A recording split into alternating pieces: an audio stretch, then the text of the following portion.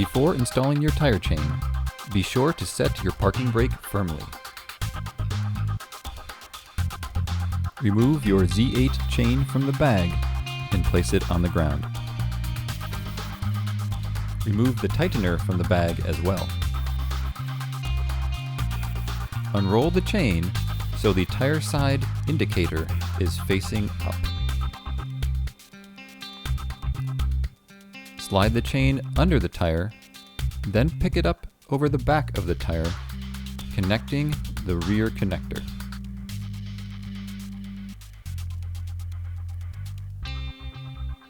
Adjust the chain as shown, then connect the upper black connector.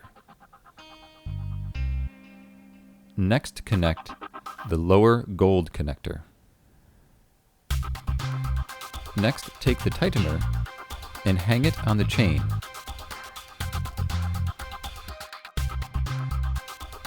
Now attach the tightener to the chain using a star-like pattern until all hooks are installed.